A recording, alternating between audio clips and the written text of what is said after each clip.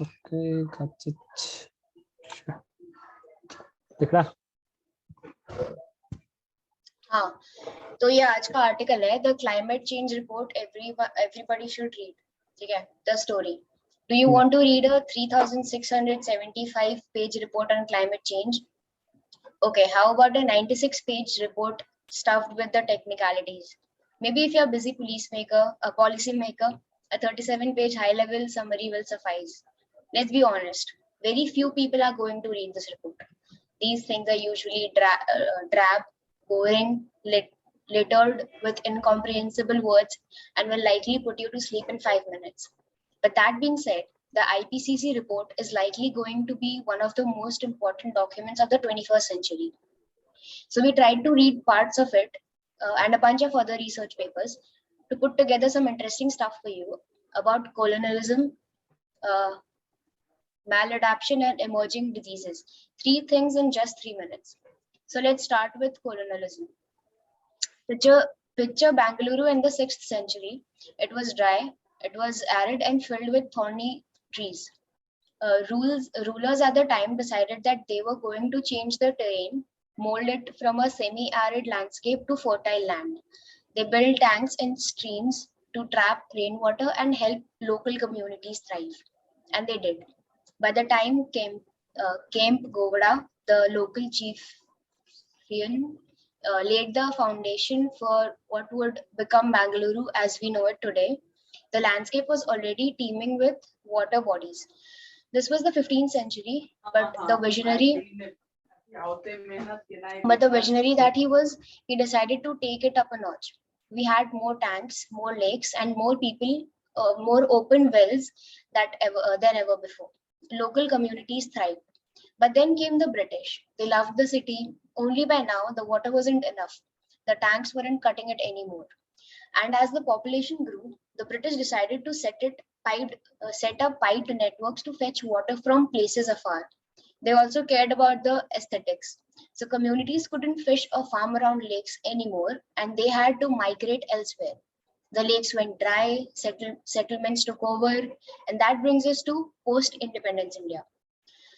By now, borewells and piped networks served most of the Bangaluru's water needs, and the old network of tanks that had once served multiple generations went out of use. Also, as the report notes, more prolonged and costly water transfers took place in the post-colonial period, delivering water from the Cauvery River in a massive, scroll karo niche, in a massive engineering project. A few decades passed by, and we are now in the present. As it stands today, Bangalore is running out of groundwater. There's an ongoing dispute over the sharing of river Cauvery. The city is still short on water, and most sustainable alternatives, including the old tanks and lakes, have all but disappeared, thanks to colonialism and post-colonial policies, or at least that's what the report condemns. पानी नहीं है, नीचे जाओ.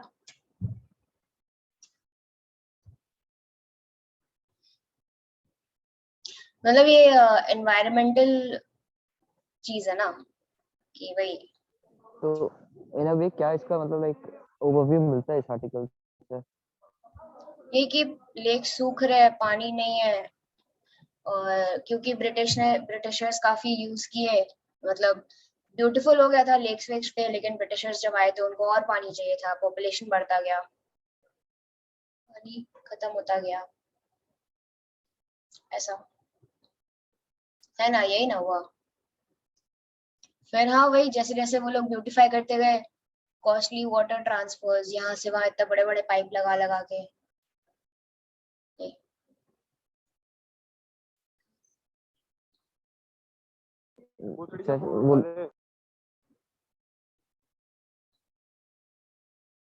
हाँ, there are 3 points. तो हमने बस first part पढ़ा है. Aditya, can we move on? Second point पढ़े? ठीक है, सेकंड पॉइंट पढ़ते हैं. हाँ, we can move on. Come on. हाँ देखो देखो देखो, ये जो मैप है ना, एक बार पकड़ना, उसमें यही दिखाया है कि कैसे लेक्स कम होते गए। 1885 में इतने सारे स्पॉट्स पे लेक्स थे, फिर 935 तक कम होते गए, 72 में और कम हो गए, 14 में तो गिनने जितने हैं। ठीक है, okay. Then there is maladaptation। maladaptation क्या होता है? maladaptation सही प्रोनाउंस करें ना, maladaptation ही बोलते हैं। maladaptation ही बोलते हैं। ठीक है, what's that you ask? Well, we adapt, we make changes to our lives, to our way of life when dealing with adverse events. Climate change, for instance, you should be planting a different crop when rainfall is low. You could be building out infrastructure to protect your community against floods, or maybe you're keeping away from the coastlines to protect the ecological niche. You get the drift. Now, maladaptation is when these adaptations don't work as intended, or when they backfire rather spectacularly. Instead of protecting us from the vagaries of climate change, they bring us closer to harm. Let's take the example of Mumbai. We know the India's city of dream has largely been built on land reclaimed from the sea.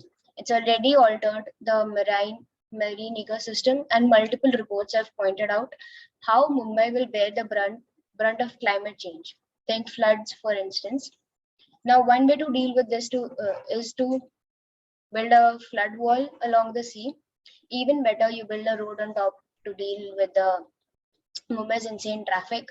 The result is a high-speed expressway called the Mumbai Coastal Road at a height of about 6 meters from sea level. It's expected to counter the rising sea level. However, as Nikhil Anand, a researcher of climate change, points out, this may have unintended consequences. For instance, lower-lying regions like Prabhadevi, Taredio, and Warden Road may see higher instances of flooding since they're neighboring the coastal road. That is to say, to truly understand the impact of such adaptations, you need to first evacuate all the possible maladaptations. And unless we do it thoroughly, we may only be compounding an already existing problem. And finally, emerging diseases. When COVID struck, everyone said the virus crossed over from a bat, but did it? We don't know for sure. However, animals, birds, and insects host a cocktail of bacteria and viruses that keep crossing over all the time. Most of them are harmless, but even so often, something like COVID-19 pops and it changes the world forever. But how is climate change related to all this? Well, as the report says, ticks that carry the virus that causes tick-borne encephalitis have moved into northern Savartic regions of Asia and Europe. Viruses like dengue, chikungunya, and Japanese encephalitis are emerging in Nepal in hilly and mountainous areas. Novel outbreaks of Vibrio bacteria seafood poisoning are now being seen in Baltic states in Alaska where they were never documented before.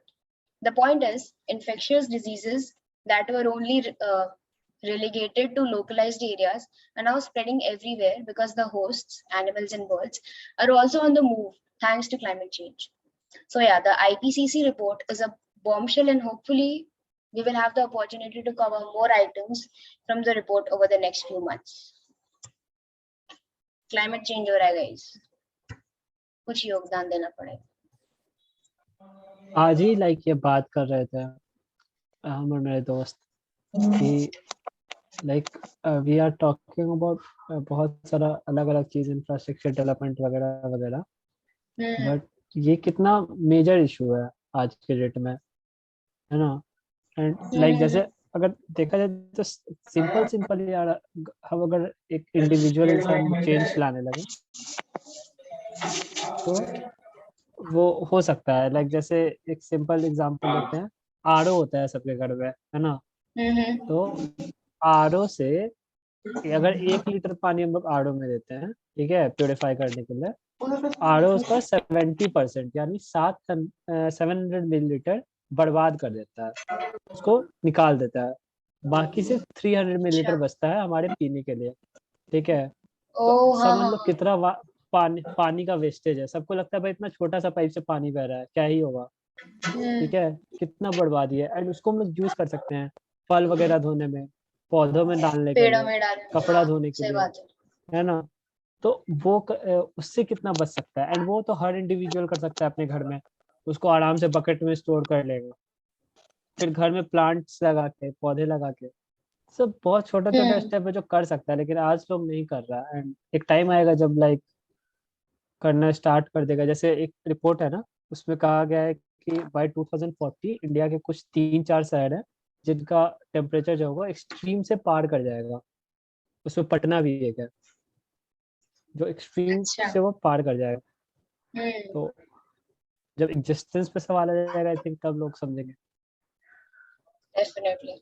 अभी काफी initiatives लिए तो जा रहे हैं, जैसे हमारे सूरत में भी ना एक ग्रुप है, ऑर्गेनाइजेशन है प्रोजेक्ट सूरत, उसमें यही होता है, हम लोग इसी के बारे में बात करते हैं। हम लोग ना एक्चुअली सैटरडेज या संडेज को खुद जाते हैं, साफ वाफ करते हैं कोई एक एरिया, और वही वैसे ही कुछ कुछ करते रहते हैं एनवायरनमेंट और ये सब के रिलेटेड। तो हो तो रहा है, पर हाँ मतलब सबका, सबकी योगदान की जरूरत तो है, यही है। मेरा ऐसा मानना है ना कि इंडिया में आज के डेट में भी हम लोग सर्वाइवल के लिए फाइट कर रहे हैं। मतलब ये इंडिया एज ए तो होल है। कंट्री को देखा जाए, तो इंडिया आज की डेट में सर्वाइवल के लिए फाइट कर रहा है ना। एंड मेरे को लगता है कि अभी ये सब चीज थोड़ा फैंसी वर्ड है, इकोसिस्टम को बचाओ, ये करो वो करो। भाई पहले लोगों को खाना तो खिला लो, तब तो इकोसिस्टम मत- बचाएंगे। इसलिए लोग नहीं सोच रहे हैं अभी, क्योंकि लाइक यूरोपियन कंट्रीज को अगर देखोगे तो वहाँ पे स्टैंडर्ड ऑफ लिविंग और ये सब चीज़ पे ज़्यादा फोकस किया जाता है, क्योंकि अब वहाँ के लिए ये इशू नहीं है सर्वाइवल। वो लोग अब, उनके हम्म। लिए पास सर्वाइवल वाला काम हो चुका है उनका। तो we are still behind about 50 to 60 years। हाँ वो तो है। चलो अब देखें वो पीएफ। और किसी को कुछ बोलना है? आज काफी लगा है। नहीं, ये जैसे ये जो पॉइंट है ना, ये बड़ा कंट्रोवर्शियल है। मतलब हम लोग सोच ही पाते हैं, बस कर नहीं पाते ज्यादा, क्योंकि ये हम लोग का इम्प्लीमेंटेशन इतने लार्ज स्केल पे करना होगा ना। क्योंकि हम लोग हम्म। सोचते हैं कि यार देखो, हम लोग एक चीज सोचते हैं कि यार मेरे करने से क्या बिगड़ जाएगा। कुछ बिगड़ेगा हम्म इकोसिस्टम में? कुछ नहीं बिगड़ेगा यार। ये नेचुरली किसी में भी आ जाएगा। जैसे एक population of this much quantity में हम एक लौते क्या स्टैंड करते हैं यहाँ पे, अनलेस वो एक वोट हो। नहीं यार, तो स्टैंड करते हैं आई थिंक। ये हाँ बहुत ही करते हैं, इम्पोर्टेंट लेकिन होता है, क्योंकि देखो मेरे को ऐसा लगता है ना कि अगर हम लोग हर चीज गवर्नमेंट पे छोड़ देंगे कि वो करेगा, तो भाई कुछ नहीं होने वाला, तुम रह लो। वो उन, बिकॉज एट द एंड अगर देखा जाए, अगर देखो पानी खत्म हो जाएगा, ग्राउंड वाटर, ठीक है, नेता पी लेंगे, ठीक है, उनके लिए बाहर से आ जाएगा। दिक्कत हमें तुम्हें होने वाला। एंड अगर हम लोग लाइक किसी भी बड़े लीडर्स वगैरह को देखें, उनका भी वही काम था, वो लोग अकेले ही स्टार्ट किए थे, and then people started following them. और फायदा भी तो हमारा ही है। लाइक अगर हम लोग आज अपने घर में सोलर लगाते हैं, ठीक है, तो अगर आप अपने पूरे बिल्डिंग को सोलर, मैंने रिसर्च किया था इसके ऊपर, अगर हम लोग अपने बिल्डिंग में सोलर प्लेट लगवाते हैं, ठीक है, तो कॉस्ट आता है कुछ 2.5 से 3 लाख रुपए, ठीक है। अब वो तुम्हारा वो जो 2.5 से 3 लाख रुपए का कॉस्ट है, सेटअप कॉस्ट, वो तुम 2 साल में रिकवर कर लोगे तुम्हारे बिजली के बिल से, ठीक है, क्योंकि तुम्हारा पूरा बिल सेव हो जाएगा 2 साल का। And when I am saying कि बिजली का बिल, तो मैं बोल रहा हूँ फुल एक्सटेंट में यूज करने का। लाइक 24/7 एसी चल रहा है, 24/7 हर चीज चल रहा है, तब मैं बोल रहा हूँ कि 2 साल में निकल जाएगा सारा पैसा। उसके बाद आप जितना भी साल यूज करते हो, 3 साल 4 साल 5 साल, आपको बिजली का एक पैसा नहीं देना है। तो फायदा तो हमारा ही है। यार सोलर में मेरे को हम्म, लगता है कि हाँ। जब जैसे मौसम है, वो बारिश का मौसम आता है, तो वो 2-3 हम्म, महीना काफी उस समय क्या करना चाहिए जब? वो स्टोर होता है ना, ऐसा तो नहीं है कि वो ऐसे ही रहता है, वो स्टोर होता है बैटरी में, को 1-2 बाद में महीना भी यूज कर सकते हैं। ऐसा? एंड सोलार सोलार सिर्फ सन से नहीं चलता है, ओके। ऐसा नहीं कि सिर्फ धूप है तभी सोलार से चार्ज होता है। तो तो वो फिर चीज है। क्या बोल रहा था आदित्य? नहीं तू जैसे बता रहे तुम कि सोलार सिर्फ धूप से नहीं चलता, मतलब थोड़ा सा एक ब्रीफ अगर क्लाउडी डिटेल में। रीजन भी, क्लाउडी भी होता है ना बाहर हाँ वेदर, फिर भी लाइक उस हम्म। रेट में नहीं चार्ज होगा जिस रेट में सन में चार्ज होता है, बट वो चार्ज होता है। हाँ, हाँ मतलब एक चार्ज तो सोलार होगा। तो बैटरी चार्ज करता रहेगा। हाँ हाँ, ऐसा नहीं है कि वो चार्ज ही नहीं होगा कि अब भाई क्या करे। हाँ, उसका भी कुछ रेंज होगा कि फुली चार्ज होता है तो शायद 2-3 दिन चलता होगा, या फिर जो भी रेंज होता होगा। ठीक है, कुछ हाँ, कुछ होता होगा उसकी। लेकिन ज्यादा स्टोर करने के लिए ज्यादा बैटरी भी चाहिए ना। हाँ। वही वो वन उसका टाइम कॉस्ट इन्वेस्टमेंट है, बढ़ेगा। जैसा नहीं जैसे सौम्य बता रहा था ना कि ये वन टाइम इन्वेस्टमेंट है, और ये वन टाइम इन्वेस्टमेंट ही बहुत ज्यादा है। मतलब एक तरह से देखा जाए तो ज्यादा है, क्योंकि हम भी अपने घर पे सोचे थे सोलार हम्म, लगाने का, लेकिन हम हम्म, जब अलग अलग टेक्निक अलग अलग कंपनीज का सोलार वोलार सेटअप चेक कर रहे थे ना, तो हम्म, फर्स्ट टाइम कॉस्ट उसका आ रहा था बहुत कम। हम तो सोच रहे थे 50,000 में हो जाएगा, हम्म, लेकिन जब पता चला कि यार 50,000 तो एक पैनल का भी हो जाता है अगर अच्छा खासा पैनल ले तो। हम्म, और कम से कम पैनल मेरा लगेगा 4 5 या 6। तो हम देख रहे थे ये वन टाइम इन्वेस्टमेंट, और उसके बाद सिर्फ उतना ही नहीं, हमको पूरा इंटीरियर देखना पड़ेगा घर का, कि लाइक इंटीरियर उसके अकॉर्डिंग करना पड़ेगा सोलार के, क्योंकि वो जो वायर्स है सब उसको अलग अलग उसका पूरा सिस्टम ही बनता है ना। तो लेकिन हम्म, अगर कैलकुलेशन करें ना तो वो रिकवर आराम से हो जाता है 2 3 साल में, और उसके बाद आगे चल के तुम्हारा वो बिजली का पैसा इतना बचेगा, तुम बोलोगे कि यार सोलार बेस्ट है, तो दूसरे को ही बोलते लगाने को। नहीं, लगा एक ले तो वो सोलर। भी चीज है ना कि लाइक अगर आपके पास पहले से घर बना हुआ है, हर चीज सेटअप है, नहीं तो वो फिर अलग बात है। लेकिन जब आप नया घर बनवा रहे हो तब तब फिर आई थिंक हम्म। किया जा सकता है। हर चीज स्क्रैच से अगर करोगे तो फिर एक्स्ट्रा कुछ लगेगा भी नहीं हाँ हाँ, अंदर सेटअप मतलब करने का, वही है। जैसे नॉर्मल होता है वैसे ही होगा। अभी अपार्टमेंट में कोई करना चाहेगा तो मतलब कोई सेंस ही नहीं बनेगा। हाँ, स्टार्टिंग से अगर हम्म। तुम्हारा हाँ वही, जैसे बना अगर रहे हो दो तो नए नींव से बने ना, अगर कोई हम्म, हम क्या बोलते थे, हम पापा के दोस्तों को कुछ सजेशन भी देते कि अगर आप ना एक बार इलेक्ट्रिशियन से बात करके एक सोलार का भी पॉइंट दिला के रखना, इन फ्यूचर आप ना लगाए लगाए बात की बात है, लेकिन आप एक पॉइंट वो दे के रखेंगे ना, तो आपको खुद नीड समझ में आएगा कि यार सोलार हम लगा सकते हैं और मुझे फायदा मिलेगा। और ये एक दो घर तो पे भाई हुआ भी है, इसलिए हम सोचते हैं कि हाँ, कुछ हम अच्छा किए। सही भाई है। बहुत अच्छा किया लाइक अवेयरनेस फैला के। और मेरे को तो हाँ लगता वो है बाहर अभी तक वो लोग लगवाए नहीं है, तो उन लोगों ने हम्म, सोलर पैनल नहीं लगवाया है। हाँ कॉस्टिंग उसका ज्यादा है इन्वेस्टमेंट, बट मैंने हम्म, बोला है, और उन लोगों ने ये मैटर करके मतलब जो इंटीरियर का सब होता है ना, तो तार वार हम्म, लगवा के छुड़वा दिया है, ये सब कर दिया है। लेकिन अच्छा। हमको पक्का है फ्यूचर में वो लगवा के उनको फायदा मिलेगा। हम्म। और मेरे को लगता है यार बाद में अगर जब इतना ज्यादा वो होगा कि लाइक कोल से इतना दिक्कत हो रहा है वगैरह वगैरह, तो मेरे को लगता है शिफ्ट तो गवर्नमेंट भी करना ही मैंडेटरी कर पड़ेगा। देगी यार। हाँ हाँ हाँ। गवर्नमेंट मैंडेटरी कर देगी कि नहीं भाई आपको सोलर ही लगवाना है। अभी जैसे हेलो गाइस, ईवी को इतना प्रमोट कर रही है। हाँ हाँ विवेक। हम्म, क्या आवाज आ रहा है ना? हाँ हाँ तो हम्म, मैं बोल रहा था कि इंडिया भी ISA इंटरनेशनल सोलर अलायंस का मेंबर है ना, मतलब ओ। तो गवर्नमेंट कुछ तो प्रमोशन करेगा ना। वो हम्म। ISA का जो हेडक्वार्टर है वो गुड़गांव में, इंडिया में। तो अभी तक फ्रांस ये सब बहुत कंट्रीज मतलब आ रहे हैं सब लोग। तो हम्म, जैसे जैसे ग्रो करेगा वैसे वैसे जो उसने बताया ना, जो सोलर पैनल्स का जो कॉस्ट अभी हाई आ रहा है वो सब लो होने शुरू हो जाएंगे, क्योंकि इंडिया में हाँ। मैन्युफैक्चरिंग हो जाएगा शुरू। तो हम्म, बहुत स्कोप है फ्यूचर में सोलर और क्लीन एनर्जी पे। हम्म। हम्म। और सोलर का और ये वो भी तो, क्या हाँ प्लीज कंटिन्यू। या मैं बोल रहा था कि देखो, क्लीन एनर्जी सिर्फ सोलर से नहीं आ रहा है, मतलब मैं बोलना चाहता हूँ कि हम लोग को न्यूक्लियर पे भी मतलब थोड़ा काम करना चाहिए।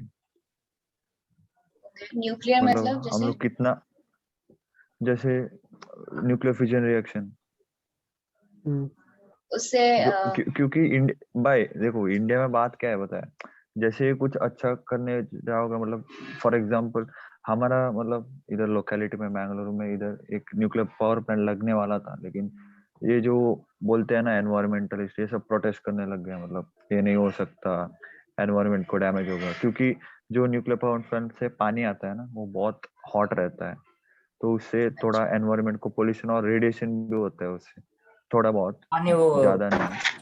नहीं क्या नहीं, सिर्फ पानी नहीं फिर से खराब वो होता है, सारा वो सारा हैबिटेट चेंज कर देता है वहाँ के चीजों का, मतलब जो भी प्लांट्स ग्रो होते हैं, फिशेस या जो भी वहाँ का हैबिटेट है सब चेंज हो जाता है, नेचुरल हैबिटेट चला जाता है। जो भी रेडियो एक्टिव पावर प्लांट्स होते हैं उनके साथ ये बहुत बड़ी प्रॉब्लम होती है। फिर तो हाँ न्यूक्लियर यूज करने का कोई सेंस ही नहीं है ना, देखो भाई क्योंकि मेन देखो हम लोग एक 5 न्यूक्लियर पावर प्लांट लगा ले तो बहुत ज्यादा इलेक्ट्रिसिटी प्रोड्यूस कर सकते हैं। हम लोग ऐसी जगह भी देख सकते हैं ना जिधर मतलब रेडिएशन मतलब जिससे एनवायरनमेंट को ज्यादा जहाँ पे पोल्यूशन ना नहीं हो है। सके। हाँ अगर उसके साथ ये भी प्रॉब्लम होती है कि अगर एक भी रेडिएशन या कुछ भी उसमें दिक्कत आ गई तो मतलब हाई स्केल पे ह्यूमन लॉस, मतलब हर तरीके का लॉस रहेगा, हेलो मतलब जब पूरा एनवायरनमेंट डैमेज हो जाएगा अगर थोड़ा भी डैमेज, कुछ भी लीकेज हो गया उसमें तो हाँ वो तो हल्का सा। ठीक है, लेकिन एक्सीडेंट हमारे हिस्ट्री में सिर्फ एक बार हुआ है, एक तो जापान में 2 बार सॉरी, एक तो जापान में हुआ है और एक चिरनोबिल जो यूक्रेन में है अभी, 2 ही बार हुआ है, अच्छा, तो तो एक उतना मेरे को खतरा मेरा नहीं है उसमें। डाउट है, एक मेरा डाउट है कि लाइक जैसे इसको तो कहीं वैसे जगह सेटअप करना पड़ेगा जहाँ पे कुछ वैसा नेचुरल हैबिटेट नहीं है जहाँ पे, है ना? तो इंडिया में तो वैसा कोई जगह है नहीं जहाँ तक मेरे को पता है, क्योंकि जहाँ हर जगह तो इंसान ही है, जहाँ इंसान ही है वहाँ फॉरेस्ट है,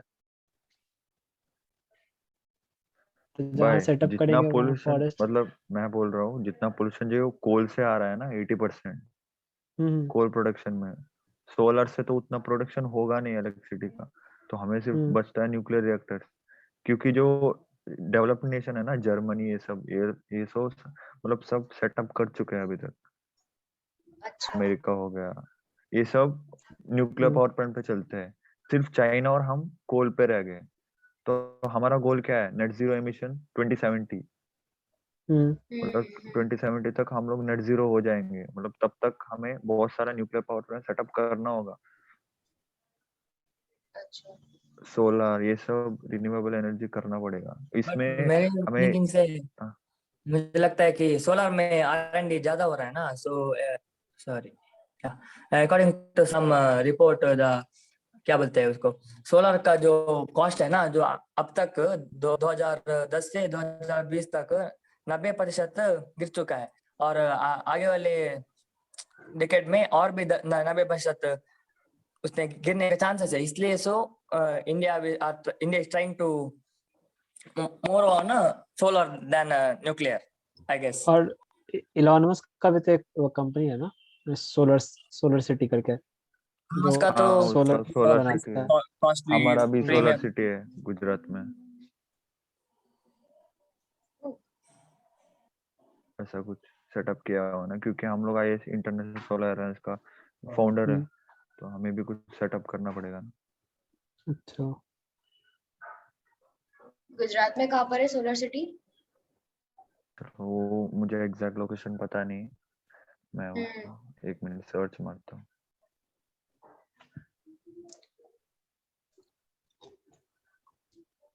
एनर्जी कंजम्पशन के साथ साथ क्या हमें उस पर भी तो ध्यान देना पड़ेगा ना, वाइल्ड लाइफ को बढ़ाने का,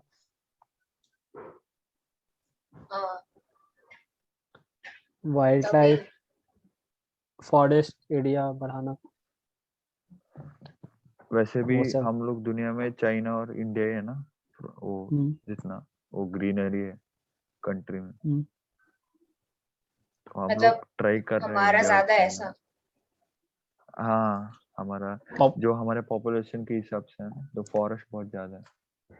नहीं ओह भाई, नाइस। पॉपुलेशन के हिसाब एक से तो कम है नहीं ना, नहीं हमारा टोटल वॉल्यूम मतलब ज्यादा है क्योंकि हमारा देश हाँ बड़ा है। वॉल्यूम से हाँ बड़ा है, लेकिन कुछ तो ट्राई कर रहे हैं हम लोग। स्टिल द न्यूक्लियर अगर फ्यूजन इज वर्ल्ड मोर उसके नॉट किसे फ्रेंडली। एक इको फ्रेंडली कंट्री तो का नहीं है। 33% आना चाहिए ना उसके लिए, फॉरेस्ट हाँ हाँ कवर एक होना चाहिए। for और a good इंडिया का सिर्फ yes 22% है।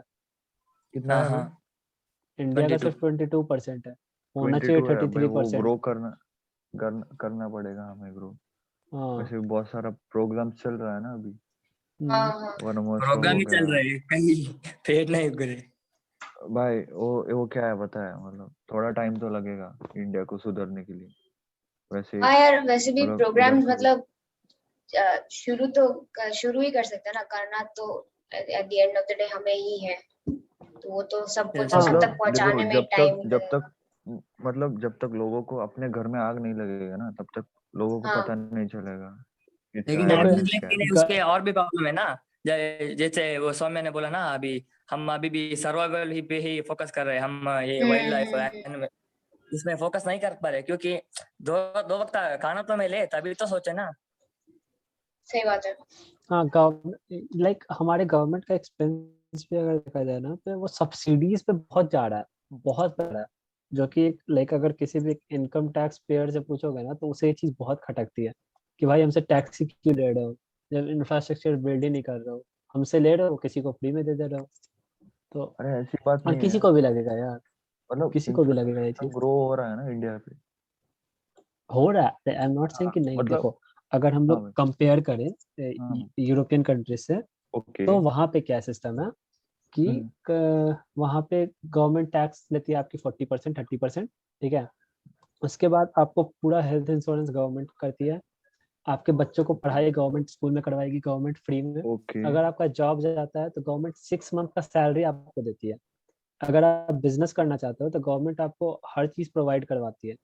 तो यू कैन सी ओके कि भाई स्टैंडर्ड ऑफ लिविंग कहाँ पे है।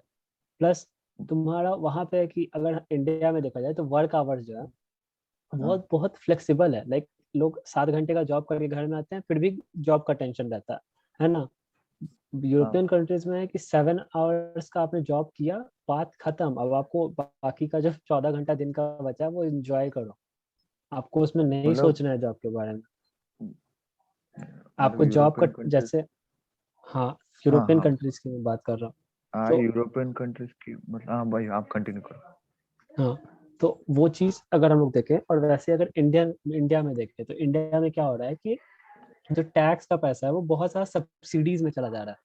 लाइक जैसे अभी कोरोना का हुआ, तो गवर्नमेंट फ्री में अनाज बांट रही है बहुत लोगों को, है ना। अब मैं ये नहीं बोल रहा कि वो गलत है, भाई करना ही पड़ेगा, क्योंकि इंडिया में लोग पर कैपिटा इनकम बहुत कम है, बहुत लोग बहुत ही कम पैसा कमाते हैं, बिलो पॉवर्टी लाइन बहुत लोग हैं, तो करना ही पड़ेगा। तो वही मैं बोल रहा हूँ कि इंडिया में सर्वाइवल की ही फाइट चल रही है अभी, कि लोग 2 वक्त की रोटी कैसे मिलेगी वही लोग गवर्नमेंट को सोचना पड़ रहा है।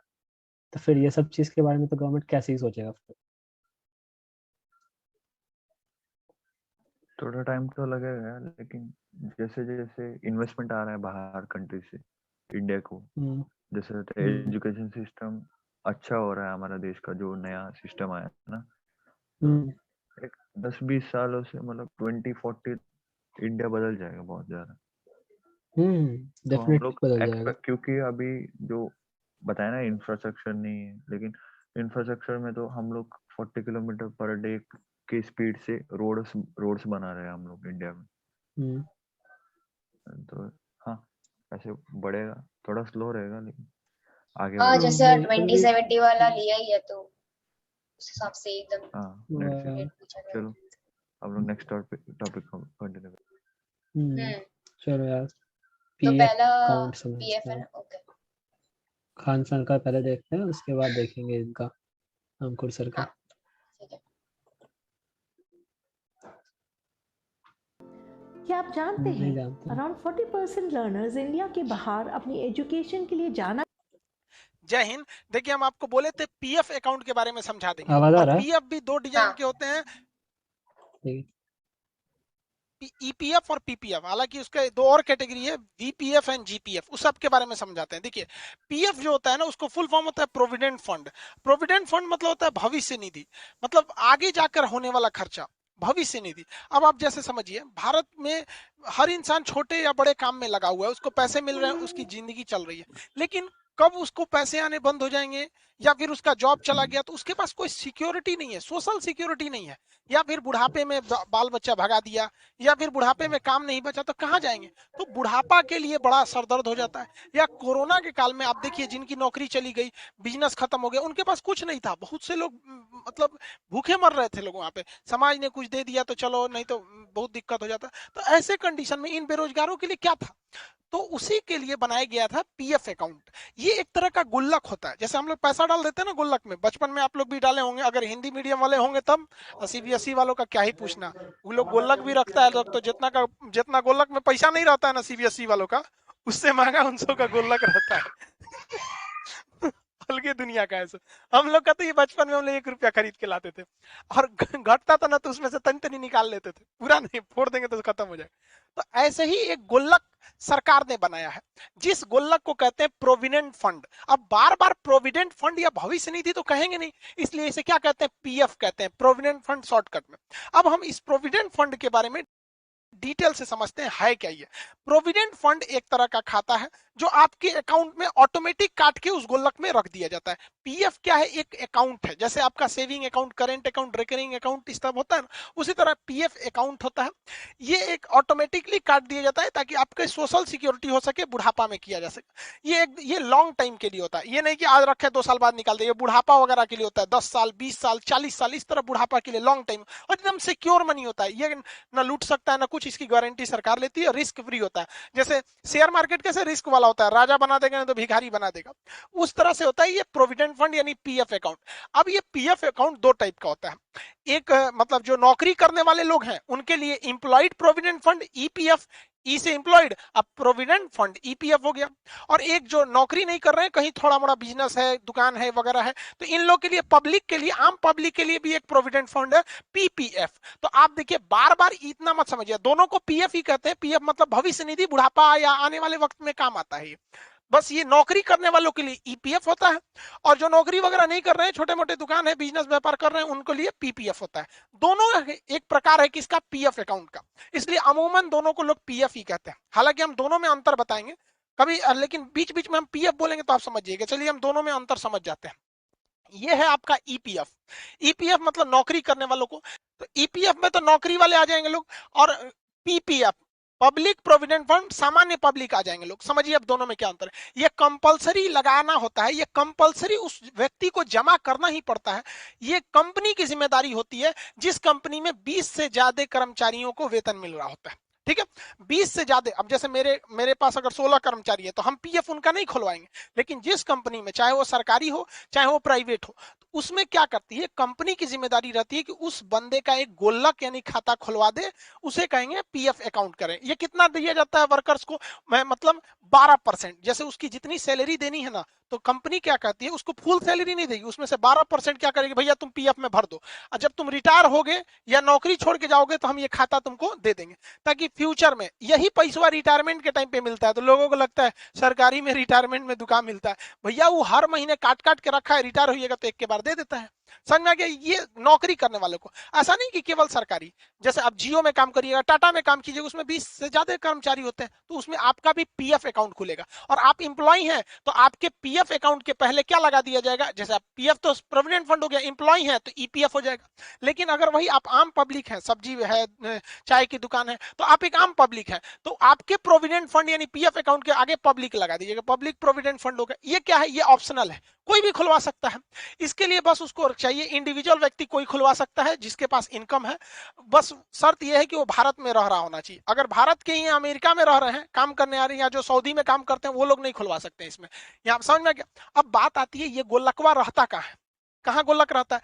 तो आम पब्लिक को कहा जाता है कि आम पब्लिक का जो पीपीएफ अकाउंट होता है यानी पीपीएफ, वो कहा जाता है कि आप या तो बैंक में खुलवा लीजिए या तो फिर आप पोस्ट ऑफिस में खुलवा लीजिए, आपके लिए कोई रोक टोक नहीं है, आप कहीं पे खुलवा सकते हैं। लेकिन जो कर्मचारी होते हैं, इंप्लॉय होते हैं, उनके लिए एक अलग बैंक है, वो उसको दुनिया के किसी आदमी से मतलब नहीं है, उसका काम है गोलक रखना, उसका नाम है ईपीएफओ। ई से हो गया तो ईपीएफ तो है, ओ लगा दीजिए, EP, employed provident fund organisation. EPFO एक ऑर्गेनाइजेशन है जिसका काम है जो सरकारी या प्राइवेट कंपनी में जो काम करता है उसका पैसा अपने पास रखता है और कहता है हम रिटायरमेंट के टाइम देंगे। हम क्या देंगे रिटायरमेंट के टाइम, और जितना दिए है ना उसमें से और बढ़ा के देंगे। समझ में आ गया कि नहीं आ गया? तो बस अंतर यही होता है कि जो इंप्लॉय लोगों का अकाउंट खुलता है वो ईपीएफओ के अंडर में खुलता है, और जो पब्लिक आम पब्लिक के लिए पीपीएफ खुलता है वो बैंक और पोस्ट ऑफिस में खुलता है। अब इसके लिए जिम्मेदार है श्रम मंत्रालय, उसके लिए श्रम मंत्रालय जिम्मेदार है, और इसके लिए बैंकिंग सिस्टम जिम्मेदार यानी आरबीआई है। ये 12% आपकी सैलरी से काट लिया जाता है। इसमें आपको तो सैलरी मिल ही नहीं रही है तो 12% काटेगा क्या? अब आपका मन, आप हर महीने या हर साल आप 500 रुपया जमा कर दीजिए, या 500 से 1.5 लाख रुपया जमा कर सकते हैं। अब कोई सब्जी वाला है, अब वो सोचता है कि हम 1 रुपया मान के चलिए 2 रुपया के हिसाब से सोच रहा है, साल भर में उसका भी लगभग 700 रुपया हो जाएगा। उस हिसाब से वो साल भर में 500 से लेके 1.5 लाख रुपए तक जमा कर सकता है। बशर्ते अंतर क्या है, इसे पोस्ट ऑफिस या बैंक में जाके जमा करना पड़ेगा। और इंप्लॉय प्रोविडेंट फंड में क्या होता है, उसकी सैलरी से कंपनी खुद ही काट लेती है और कहती है कि देख तुम्हारा 1 लाख मान के चलो, तुम्हारा 50,000 सैलरी है, तो 12% हम तुम्हारे में से डाल दिए किसमें, तुम्हारे ईपीएफओ के अकाउंट में, ईपीएफओ के अकाउंट में। समझ में आ गया कि नहीं आ गया? किसी को दिक्कत? इसमें जो ब्याज मिलता है वो 8 से 9% ब्याज मिलता है, यानी जितना पैसा जमा किए जब आपको सरकार लौटाएगी, ईपीएफओ लौटाएगी तो 8 से 9% ब्याज देगी। जबकि इसमें जो आम पब्लिक के लिए है, तो आम पब्लिक के लिए देख रहे हैं फिक्स भी नहीं है, कोई 500 दे रहा है, कोई 1.5 लाख दे रहा है, तो इसमें थोड़ा ब्याज कम मिलता है, उससे 1% कम। इसमें 7 से 8% ब्याज मिलता है, जबकि इसमें 8 से 9% ब्याज मिलता है। यानी ब्याज के हिसाब से देखिएगा तो इन दोनों के हिसाब से ये थोड़ा सा अच्छा ब्याज दे देता है, 1% ज्यादा दे देता है। और इन ब्याज की जो तुलना होती है प्रत्येक तिमाही होती है, हर 3 महीना पे ब्याज दर बढ़ाया घटाया जा सकता है। सरकार अगर ब्याज बढ़ा देती है तो आपको फायदा है, सरकार घटा देती है तो आपको घाटा हो जाता है। अगर सरकार कह दे कि हम 10% ब्याज देंगे तो आप ही के पैसों पे ज्यादा ब्याज मिल जाता है। उसके बाद देखिए ये कब कंप्लीट होता है, तो ये इंप्लॉय लोगों के लिए है। ये वाला प्रोविडेंट फंड जो है भविष्य निधि इंप्लॉय के लिए है, तो कहा जाता है इसकी मैच्योरिटी यानी ये कब पूरा होगा, जब आप रिटायर यानी सेवानिवृत्त होंगे तब। अब ये तो बिजनेसमैन या छोटे मोटे व्यापारी के लिए था, ये लोग तो रिटायर होते नहीं है बेचारे, तो इनको कहा गया है देखिए आपका टोटल पैसा जो है वो 15 साल बाद लौटाया जाएगा। तो आप कहेंगे काहे लौटा रहा है, तो सुनिए ध्यान से, आपका हर महीने जो 12% ईपीएफ के रूप में यानी पीएफ अकाउंट में कट रहा था, वो जब आप रिटायर होंगे ना तो उसमें 9%, 8 से 9% ब्याज जोड़ के वही आपको दे दिया जाएगा। समझ में आ गया? उसी को कहा जाता है रिटायरमेंट के बाद भी सरकारी में पैसा मिलता है। इसमें भी है, आप 15 साल तक जमा कीजिए और उसके बाद आपका जब 15 साल बाद निकालिएगा तो आपको 7 से 8% जो उस समय का रेट रहेगा उस रेट से आपको पैसे मिल जाएंगे। अब आप एक बार में निकालिए या उसमें महीना महीना बनवा दीजिए। वैसे ही रिटायरमेंट के टाइम पे आप एक बार में पैसा निकालिए, महीना महीना बनवा दीजिए। लेकिन मान के चलिए कि कोई व्यक्ति है, वो सरकारी कर्मचारी है या प्राइवेट कर्मचारी, मान के चलिए प्राइवेट है, तो प्राइवेट भी इंप्लॉय है, तो उसका भी जो प्रोविडेंट फंड यानी पीएफ अकाउंट होगा वो तो इंप्लॉय है तो ईपीएफ ही होगा। अब उसको बीच में पार्शियल विड्रॉल करना है, बीच में पैसा निकालना है, उसको रिटायरमेंट तक नहीं रखना है, तब तो कम से कम 5 साल बाद वो पार्शियल विड्रॉल कर सकता है। कम से कम 5 साल रखेगा। कब? एक कंडीशन है, उसके यहाँ शादी ब्याह पड़ गई बेटा बेटी का, या उसको दवा में इमरजेंसी आ गया, एजुकेशन के लिए लेना है, बेटा बेटी को पढ़ाना है, कहना है कि भैया इस सैलरी से नहीं हो रहा है हमारा, है थोड़ा सा दे दीजिए, लड़का का फीस जमा करना है, तो शादी, मेडिकल, एजुकेशन या इमरजेंसी में आप 5 साल बाद कुछ पैसा निकाल सकते हैं, पार्शियल विड्रॉल, ही ना कि पूरा निकाल लेंगे। इसमें भी सेम कंडीशन है, 5 साल बाद पार्शियल विड्रॉल कर सकते हैं। कितना अच्छा है, जैसे आप भी गुल्लक रखते हैं तो जब देखते हैं कि कुछ नहीं हो रहा तो पार्शियल विड्रॉल कर देते हैं, कुछ शिक्षा उच्चा डाल के इसे निकाल लेता है 1-2 रुपये आदमी, बचपन में निकाल लेता था। तो इसमें दोनों सेम होते हैं सब। इसकी सबसे बड़ी खासियत होती है इन दोनों की, ये दोनों की दोनों डेब्ट लायबिलिटी जीरो होती है। जैसे मान के चलिए कि मेरे पीएफ अकाउंट में यानी प्रोविडेंट फंड, अब वो पीएफ अकाउंट दोनों टाइप के हो सकते हैं, या अगर हम इंप्लॉय हैं तो ईपीएफ और नॉर्मल पब्लिक है तो पीपीएफ, तो दोनों तो प्रोविडेंट फंड है ना पीएफ। मेरे पीएफ में 4 लाख रुपया है सपोज, और हम बैंक से कर्जा लिए हैं 5 लाख रुपया, और हमारा ना खेत है ना घर है ना कुछ है। अब बैंक कहेगा हमरा 5 लाख दो, हम कहेंगे कुछ नहीं है, तो बैंक कहेगा पीएफ अकाउंट में 4 लाख है, हम पीएफ से निकाल लेंगे। तो सरकार कहती है खबरदार, पीएफ अकाउंट की लायबिलिटी जीरो होती है, डेब्ट लायबिलिटी जीरो होती है। हम करोड़ों भी कर्जा ले सकते हैं, लेकिन उस कर्जे की भरपाई मेरे पीएफ अकाउंट से कोई नहीं काट सकता है। ये इसीलिए इसे कहा जाता है सबसे सिक्योर अकाउंट होता है, कोई काट ही नहीं सकता आपका यहाँ पे। दूसरा, ये ईईई एग्जेम्प्ट यानी इस पैसे पर ब्याज भी नहीं मिलता है। जैसे सरकार को टैक्स नहीं मिलता, ब्याज का दिए, टैक्स नहीं होता है, टैक्स फ्री होता है। जैसे हम बुढ़ापा में रिटायर हुए, हमको 10 लाख रुपया पेंशन मिल गया, तो 10 लाख रुपया सरकार भागो यहाँ पे, यहाँ पे टैक्स लेने आओगे, एग्जाम टैक्स नहीं होता है। तो इसकी एक और फायदे होती है, रिस्क फ्री भी है और सिक्योर भी है, टैक्स भी नहीं देना होता। अब ये जो पीएफ अकाउंट होता है, प्रोविडेंट फंड, चाहे वो इंप्लॉय का प्रोविडेंट फंड हो या आम पब्लिक का प्रोविडेंट फंड हो, यानी पीपीएफ हो या ईपीएफ हो, ये एक इंसान का एक ही खुलता है। जैसे पैन कार्ड, आपका पैन कार्ड एक ही बनता है, परमानेंट अकाउंट नंबर आपका एक ही खुलता है। अब आप कहेंगे कि सर मान के चलिए कोई आदमी टाटा कंपनी में काम कर रहा था, तो उसका कंपनी में काम कर रहा है यानी ईपीएफ अकाउंट होगा, वो टाटा को छोड़ के महिंद्रा में जाएगा तब कोई दिक्कत नहीं है। ईपीएफओ जो डिपार्टमेंट है कहती है कि उसका जो अकाउंट है ना, जिसमें 12% टाटा डाल रहा था, टाटा छोड़ दिया ना, कोई दिक्कत नहीं, इसी अकाउंट में महिंद्रा डाल देगा। कल को महिंद्रा छोड़ के जियो में काम करने लगा, कोई बात नहीं, जियो इसमें डाल देगा। यानी एक व्यक्ति का पीएफ अकाउंट, चाहे वो ईपीएफ हो या पीपीएफ हो, लाइफ में एक ही खुलता है, दोबारा दूसरा नहीं खुलता है। जैसे आप यूट्यूब पर एडसेंस एक नाम से एक ही बनता है, उससे ही ऐड का पैसे उसमें आते हैं सब। तो ये एक इंसान का एक ही बनता है, इसमें कोई दिक्कत नहीं होता है। वन पर्सन वन अकाउंट होता है, जैसे एडसेंस वगैरह की होती है। इसमें आप समझ में आ गए कि नहीं? इसमें कितना जमा करना होता है? 12%। इसमें 500 से लेके 1.5 लाख। तो आप समझ गए पीएफ अकाउंट। अब इसी पीएफ को लोग, इंप्लॉय है तो कहता है हमारा ईपीएफ है, और नॉर्मल आदमी है, पब्लिक है तो कहता है पीपीएफ है। यहाँ पे दोनों में कोई खास का अंतर नहीं है। लेकिन समझिए, कुछ इंसान ऐसे होते हैं जिनका खेत भी है, कहीं पे बिजनेस खेती चल रहा है, अच्छा खासा लाखों रुपए खेती से आ रहा है, तो कहता है कि यार हम अपनी सैलरी से बुढ़ापा के लिए महज 12% कटवा रहे हैं, हम चाहते हैं कि 12% से ज्यादा कटवा दे, 50% कटवा दे। तो सरकार कहेगी ना, हमरा 12% कटबे करेंगे, हमरा इंप्लॉय का हम कितना काटते हैं? 12% ही काटते हैं। हम पीएफ के अकाउंट में जो इंप्लॉय है उसका हम कितना काटते हैं? 12% काटते हैं। तो क्या करना, हमरा ज्यादा काट लीजिए, क्योंकि अभी जवानी में हमको पैसा की कोई कमी नहीं है, इधर उधर से आ जा रहा है, ससुरालों से कुछ पैसा मिल जाता है। तब इसके लिए कहा गया है कि अगर गवर्नमेंट इंप्लॉय है, कौन है? गवर्नमेंट इंप्लॉय, और वह गवर्नमेंट इंप्लॉय कहता है कि हमको ज्यादा पैसा कटवाना है, हमको क्या कटवाना है? ज्यादा पैसा कटवाना है। तो सरकारी इंसान जब कभी भी कहता है कि नहीं, हमारा जो 12% का लिमिट है, इससे हम ज्यादा पैसा रखना चाहते हैं ताकि हमको बुढ़ापा में ज्यादा मिले, तो ऐसे प्रोविडेंट फंड को, ऐसे भविष्य निधि को हम जनरल प्रोविडेंट फंड कहते हैं, जीपीएफ कहते हैं। ये केवल सरकारी इंप्लॉय ही इसको कर सकते हैं। तो जीपीएफ वही खुलवा सकता है ना जिसका पहले से ईपीएफ यानी इंप्लॉयड प्रोविडेंट फंड हो। अब मान के चलिए कोई टाटा में काम कर रहा है, कोई रिलायंस में काम कर रहा है, कोई महिंद्रा कंपनी में काम कर रहा है, तो वो कंपनी भी अपने कर्मचारियों के लिए क्या करती है? ये कंपनी भी अपने कर्मचारियों के भविष्य के लिए इंप्लॉयड प्रोविडेंट फंड दे रही होती है। तो ये कंपनी वाले भी, private company, My job is to make college easier because students have a lot on their company के कर्मचारी भी अगर कहते हैं कि नहीं, हमें जवानी से ज्यादा बुढ़ापे में पैसा की जरूरत है, हम भी अपने 12% वाले लिमिट से बढ़वाना चाहते हैं, तो उनके प्रोविडेंट फंड यानी उनके भविष्य निधि को कहते हैं वॉलेंट्री प्रोविडेंट फंड। वो अपने मर्जी से ज्यादा देना चाहता है, वॉलेंट्री प्रोविडेंट फंड। तो जब कभी भी आप लिमिट क्रॉस करते हैं तो ये क्रॉस द लिमिट को दिखाता है कि जो 12% का लिमिट है, अगर कोई सरकारी कर्मचारी अपना ईपीएफ अकाउंट यानी जो उसका ईपीएफ है, इंप्लॉयड प्रोविडेंट फंड, अगर वो 12% से ज्यादा दे रहा है, सरकारी है तो जीपीएफ, 12% से ज्यादा दे रहा है तो इसे वीपीएफ होता है। ये नॉर्मली हम आपको बता रहे हैं।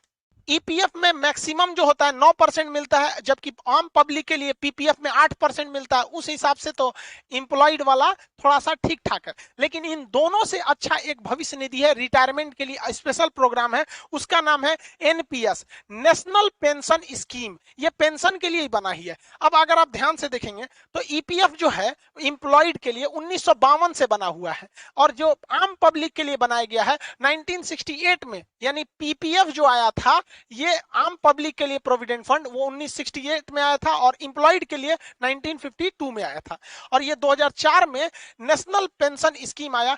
ये कहा गया कि भैया इसके लिए कोई एज लिमिट नहीं है। 18 साल का लड़का है, अगर वो भी सोचता है कि बुढ़ापा में हमको पेंशन मिले, तो 18 से 65 साल का आदमी, कोई भी, ये ऑप्शनल है, वो हिंदुस्तानी रहना चाहिए, वो इसमें खुलवा सकता है। लेकिन इसका पैसा आपको रिटायरमेंट के बाद मिलेगा, क्योंकि इसका नाम है नेशनल पेंशन स्कीम। तो ये 60 साल तक इसकी मेच्योरिटी होती है, यानी आपको इसमें 60 60 साल तक पैसे डालने हैं। अब इसमें भी आप पार्शियल विड्रॉल कर सकते हैं, 5 साल बाद शादी पड़ गया, बाल बच्चों का इमरजेंसी आ गया, एजुकेशन में डालना है तो आप पार्शियल विड्रॉल कर सकते हैं। लेकिन सबसे मुश्किल पैसा निकालना है तो इसी में है, इसकी लिक्विडिटी एकदम लो होती है, ये आपको जल्दी पैसा निकालने नहीं देता है सब। जबकि देखिए अगर आप पीपीएफ देखिएगा या ईपीएफ देखिएगा, यानी इन दोनों प्रोविडेंट फंड में, तो पार्शियल विड्रॉल थोड़ा इजी था, लेकिन इसमें पार्शियल विड्रॉल बहुत ही टफ होता है। क्यों टफ होता है? क्योंकि जब आप कभी भी इसमें पैसा डालते हैं ना, तो कंपनी क्या करती है, आपके पैसे को थोड़ा सा म्यूचुअल फंड में इन्वेस्ट कर देती है और कुछ बॉन्ड में इन्वेस्ट कर देती है, तो कंपनी कमाती है और आपको ज्यादा पैसा दे देती है। तो ये थोड़ा रिस्की होता है। इसमें क्या करते हैं, रिस्की होता है। इसमें भी आपको डेप्थ से कोई मतलब नहीं है, आप कितना भी कर्जा लिए रहेंगे आपके एनपीएस अकाउंट से आपको पैसे नहीं काटे जाते हैं। ये भी टैक्स फ्री होता है, एग्जेम्प्ट। इसमें लगभग आपको 10% रिटर्न मिल जाता है, 10%। जबकि आप याद कीजिए जो आपका पब्लिक प्रोविडेंट फंड था आम पब्लिक के लिए, उसमें मैक्सिमम जो मिल रहा था आपका 8% था। इंप्लॉयड के लिए जो प्रोविडेंट फंड था ईपीएफ, उसमें 9% मिल रहा था मैक्सिमम, इसमें 10% मिल जाता है। तो अगर हम आपसे कहें कि ईपीएफ पीपीएफ जो आम पब्लिक के लिए, यानी हो गया प्रोविडेंट फंड बुढ़ापा के लिए, तो पीपीएफ में मिला था आपका मैक्सिमम 8%, इंप्लॉयड प्रोविडेंट फंड में मैक्सिमम 9% और नेशनल पेंशन स्कीम में 10%। यानी पीपीएफ से अच्छा ईपीएफ, सबसे अच्छा एनपीएस। यानी अगर आप सोचते हैं भविष्य निधि के लिए तो सबसे बेटर आपके लिए एनपीएस है। लेकिन ये सब के सब आपको कहने के लिए है। आप देखिएगा तो हर साल महंगाई भी लगभग 8 से 10% बढ़ जाती है, तो आपको 10% एक्स्ट्रा मिलेगा, तो आप समझिए उस समय तक तो उतनी महंगाई मिलके आपको बराबर कर दी चुकी रहेगी, बहुत ज्यादा प्रॉफिट नहीं देगी। ये आपको सिक्योरिटी देती है, बहुत प्रॉफिट नहीं, बहुत ज्यादा प्रॉफिट के लिए फिर आपको स्टॉक मार्केट या म्यूचुअल फंड, स्टॉक मार्केट में सेंसेक्स या निफ्टी में और बिटकॉइन वगैरह में होता है, ये तो किसी और क्लास में समझाएंगे। स्टॉक मार्केट, बिटकॉइन वगैरह वगैरह, ये थोड़ा ऊंची चीज है। तो आप पीएफ अकाउंट समझ गए, लोग इसको भी पीएफ ही कहते हैं क्योंकि ये पीपीएफ है, पब्लिक के लिए है, इसे भी लोग पीएफ ही कहते हैं। तो ये पीएफ मतलब समझ गए ना, भविष्य का जो पैसा होता है। इसके अलावा एक ग्रेच्युटी होती है, उसको समझते हैं। देखिए ग्रेच्युटी का मतलब होता है बोनस का पैसा जो पुराने कर्मचारियों को दिया जाता है, ग्रेच्युटी उसे बोलते हैं। जो भी कंपनी, चाहे वो सरकारी हो चाहे वो प्राइवेट हो, जिसमें 10 से ज्यादा कर्मचारी काम करते हैं, किससे ज्यादा कर्मचारी, 10 से ज्यादा कर्मचारी काम करते हैं, उन्हें एक बोनस यानी ग्रेच्युटी देनी पड़ती है। यह नियम 1972 में लाया गया था, लेकिन ये सबको नहीं दिया जाता है। जो कर्मचारी एक ही कंपनी में बिना मतलब बीच में इन्हें कि 6 महीना दूसरे कंपनी में चल गए, एक ही कंपनी में अगर कोई कर्मचारी 5 साल या उससे ज्यादा काम कर दिया है तो वो आपका भरोसेमंद है, पुराना है और आपकी कंपनी में 10 से ज्यादा वर्कर है, यानी थोड़ी बड़ी कंपनी है, तो ऐसे इंसान को बोनस पैसे दिए जाते हैं। अब आप कहेंगे कितना पैसा, तो साल जब खत्म होता है तो उसको 15 दिन का एक्स्ट्रा पैसा दे दिया जाता है, 15 days extra salary per year. तो एक साल में 365 दिन का उसको सैलरी देते हैं। लेकिन अगर वो कर्मचारी 5 साल से पुराना, हालांकि गवर्नमेंट इसे 3 साल करने वाली है बहुत जल्दी, तो उसे आपको 15 दिन का एक्स्ट्रा ग्रेच्युटी देना पड़ता है। यानी आप निकाल सकते हैं आधे महीने की सैलरी। अगर मान के चलिए कोई इंसान आपके साथ 6 साल से काम कर रहा है और उसको आप हर महीने सैलरी देते हैं 20,000 रुपया, तो 20,000 माने महीने का सैलरी 20,000, तो 15 दिन का कितना हुआ, 10,000 हुआ ना जी। 15 दिन का तो देना है, 15 दिन का 10,000, तो उसको डेली 20,000 महीना देते रहिए। उसके बाद कहिए तुम बहुत पुराने हो, चलो साल का फर्स्ट खत्म हो गया, साल नया साल मुबारक, इस साल की सैलरी देंगे। 15 दिन का तुम्हारा 30 दिन का होता है 20,000, 15 दिन का लोगों 10,000 लोगों, ठीक है। हालांकि देखेंगे तो ग्रेच्युटी निकालने का फॉर्मूला भी होता है। फॉर्मूला होता है जो आपकी बेसिक सैलरी दिए गए, उसके बाद जो डेयरिंग अलाउंस दिए गए हैं, महंगाई वगैरह का भत्ता, इन दोनों को जोड़ दिया जाता है, फिर 15 से गुणा कर दिया जाता है, फिर कितने टेन्योर, कितने साल से आप उसमें काम कर रहे हैं, 6 साल 7 साल 10 साल, और उसमें 26 दिनों से भाग दे दिया जाता है। क्योंकि ग्रेच्युटी निकालते समय महीने को 26 दिन का ही रखा जाता है, संडे हटा के रख दिया जाता है। तो इस हिसाब से अगर मान के चलिए कि कोई आदमी है जिसकी सैलरी है 40,000 रुपया और 12,000 रुपया उसको डीए मिल रहा है, यानी टोटल उसकी सैलरी कितनी हो जाती है, सैलरी प्लस डीए मिला के 52,000 रुपया। तो ग्रेच्युटी निकालने के लिए इन दोनों को जोड़ दिया जाता है, तो दोनों को जोड़े हैं तो 52,000 रुपया यहाँ लिख देते हैं, 52,000 गुड़े कितना दिन का सैलरी देना है, तो 15 से यहाँ गुड़ा कर देते हैं। मान के चलिए यह व्यक्ति 10 सालों से काम कर रहा है, इसका टेन्योर यहाँ कितना लिख देते हैं 10 साल, बटा कितना से भाग देना है 26 से। जब आप 26 से भाग देंगे तो 26 दूनी 52, यहाँ हो जाएगा 2,000, यहाँ कितना हो जाएगा 2,000, बस तो इस तरह देख रहे हैं आप, इसका 10 साल का टोटल ग्रेचुटी आ रही है 3 लाख रुपए। तो हर साल का 10 साल का ना है जी, हम तो यहाँ 10 साल निकाल दिए ना टोटल टेन्योर का, कि 10 सालों में इसे ग्रेचुटी के रूप में 3 लाख, तो हर साल इसे ग्रेचुटी कितनी मिलेगी, तो 10 साल का 3 लाख है तो हर साल का 30,000 रुपया। तो इस प्रकार इसे ग्रेचुटी मिलेगी। तो ये एक प्रकार का क्या चीज है, बोनस होता है। बैंकिंग में अभी अगला टर्म जो आपको बताएंगे एनईएफटी, आरटीजीएस और आईएमपीएस, और उसके सबके ऊपर ही आ गया है यूपीआई, और सबके ऊपर बाप बैठा है एनपीसीआई, ये अम्ब्रेला है। इसके बारे में आप नेक्स्ट वीडियो में समझाएंगे। आई होप आप पीपीएफ अकाउंट, पीएफ वगैरह समझ गए होंगे। मिलेंगे नेक्स्ट क्लास में। जय Hind. Hey everyone, I am Alexander. तो डीए क्या समझ आया? क्या होता है डीए? हाँ समझ में आ गया। अलाउंस होता है, महंगाई भत्ता जिसको बोलते हैं। तो मतलब कि 12,000 क्या उस रेट से बढ़ रहा है? नहीं, मतलब हर साल ना गवर्नमेंट और कंपनी इंक्रीमेंट देती है ना अपने एम्प्लॉयज को। तो देखो, कोई भी तुम्हारा सैलरी जो बनता है वो बनता है तुम्हारा बेसिक सैलरी, ठीक है, प्लस हाउसिंग रेंट अलाउंस, और उसके बाद बाकी यही डीए वगैरह, ये सब मिलके तुम्हारा एक नेट सैलरी बनता है, ठीक है। तो तुम्हारा वो डीए हर साल बढ़ता है। हर साल गवर्नमेंट 2 बार डीए बढ़ाती है, एक बार जनवरी में और एक बार जुलाई के महीने में, ठीक है। तो 2 बार तुम्हारा डीए बढ़ता है, तो वही वो बात कर रहा था। हेलो भाई, एक छोटा सजेशन में, आप वो ब्रेव ब्राउजर इंस्टॉल करो, एड्स नहीं आएंगे बीच में। अच्छा, ठीक है भाई। हाँ, पीसी में ब्रेव डालो, मतलब पता है मैं भी क्रोम यूज करता हूँ, बहुत ऐड। अरे मैं सोच रहा था अपने कॉलेज के ईमेल को यूज करके इससे ले लूंगा, कॉलेज का आईडी दिखा के प्राइम। हाँ, लेकिन ब्रेव भी यूज करना है भाई। हाँ ब्रेव उससे तो, मिलता है हाँ ब्रेव या बैट कोई टोकन। एक्सटेंशन लगा लो, एड ब्लॉकर यूट्यूब चल। वहाँ पूरा स्क्रीन शेयर है। हाँ, तो वो जो एलपीओ से कटता है वो अब समझ में आया क्यों कटता है ये पीएफ में ना। अरे कैसे बंद करते हैं स्क्रीन शेयरिंग? जूम करो। चल, किससे कटता है? मतलब जैसे कहते हैं ना कि 12 लाख का पैकेज है पर एनम, तो फिर वही कहते हैं कि कट पुट के कुछ मिलता नहीं है, तो हम वही सोचते थे कटता क्यों है। हाँ, तो अब समझ में आया कि ये बताया इसमें नहीं, इसमें 2-3 चीजें नहीं बताया, वो मेरे को पता, हम बता देते हैं। तुम्हारा पीएफ काटने का ना 2-3 तरीका होता है, ठीक है। 15% तुम्हारे 12% सॉरी सैलरी का कटता है, ठीक है, पीएफ में। तो उसका 3 है बेसिकली वेज। अगर तुम्हारा सैलरी मंथली 15,000 से कम है, ठीक है, तो तुम्हारे सैलरी का, मान के चलो तुम्हारे सैलरी का 12%, अगर 10,000 तुम कमाती हो महीना, तो तुम्हारा सैलरी का 12% कितना हुआ, 1,200 रुपया, है ना। तो 1,200 रुपया कटेगा, और वो सेम अमाउंट 1,200 तुम्हारा वो कंपनी भी देगी, मतलब 2,400 रुपया जाएगा तुम्हारे पीएफ के अकाउंट में। ईपीएफ का बात कर रहे हैं हम सर, ठीक है। उसके बाद अगर तुम्हारा सैलरी 15,000 से ज्यादा है, ठीक है, तो तुम्हारे पास 2 ऑप्शन होता है। पहला ऑप्शन, या तो तुम 15,000 का 12% कटवाओ, ठीक है। तो 15,000 का 12% होता है 1,800 रुपया, जो ये इसमें दिखाया था कि 1,800 का कटता है ना। तो 2 ऑप्शन होता है, पहला कि 15,000 का 12% कटवाओ, और दूसरा ऑप्शन होता है कि तुम अपने नेट सैलरी का, तो तुम्हारा मान के चलो अगर तुम लाख रुपया महीना कमाती हो, बेसिक सैलरी तुम्हारा लाख रुपया महीना, तो तुम्हारा नेट सैलरी का 12% कटवाओ। तो बहुत लोग नेट सैलरी का कटवाता है, और बहुत लोग चाहता है कि भाई हाथ में ज्यादा पैसा है, इसलिए वो 15,000 का ही 12% कटवाता है। तो ये चीज होता है।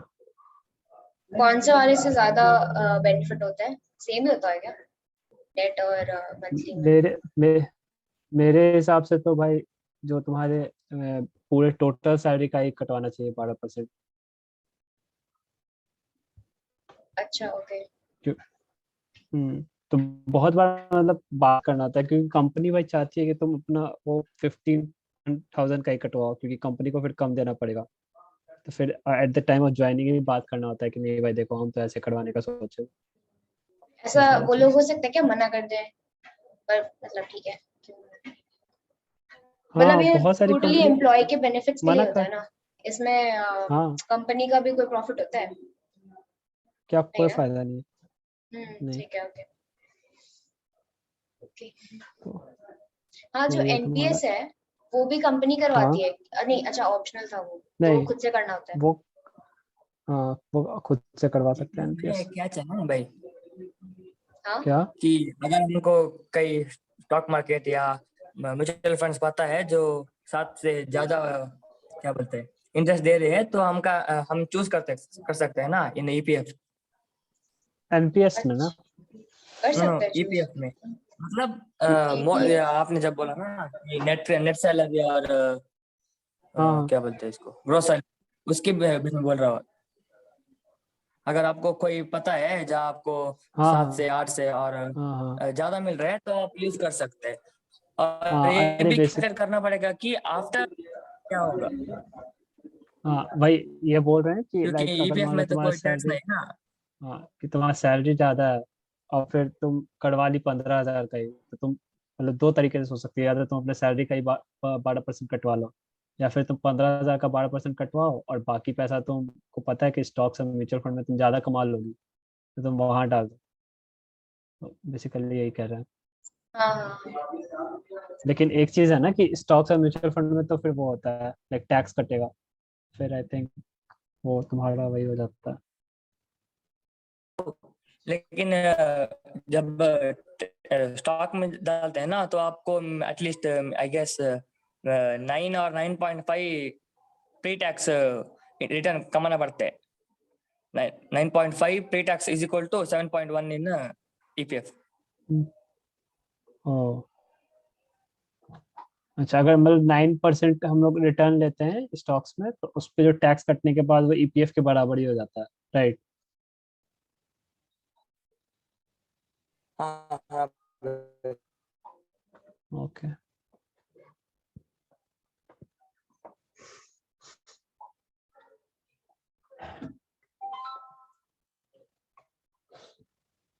ठीक है, तो आज चलो क्या और दूसरा भी है? नहीं वो थोड़ा कंपैरिजन है, तो पहले आज इतना ही रखते हैं। और मतलब पूछ लो ठीक किसी है। का कोई डाउट है, तेरा कोई डाउट? हाँ अरुंधता, कोई डाउट, कोई टिप्पणी? यार मैं शॉक्ड हूँ, पता है वो टाइम लिमिट नहीं आ रहा यार मेरे पोस्ट बनने पे, ऐसा क्यों है? क्या? टाइम लिमिट नहीं आता अब 40 मिनट वाला, है ना? हाँ हो सकता है तुझे वो कर दिया उसने, प्रीमियम मेंबरशिप दे दी कि भाई बहुत ज्यादा यूज कर रहा हो, चलो दे देते हैं प्रीमियम। हाँ भाई कुछ भी जब फर्स्ट मीट हुआ था तभी से शुरू किया मैंने, लकी कस्टमर, अरे जब भाई तक तेरा चल वो बहुत अच्छा है यार, तूने किया था वो जो तूने आंटे पे जो गाना शूट किया था, लाइक भाई रुक मैं रेटिंग तो रिकॉर्डिंग बढ़िया बंद की कर दूं, तूने। किसी को डाउट नहीं है तो, हाँ कर दो। क्योंकि मैं काटने हाँ फाटने वाली भी वाली हूँ नहीं। हाँ ठीक है। भाई इतना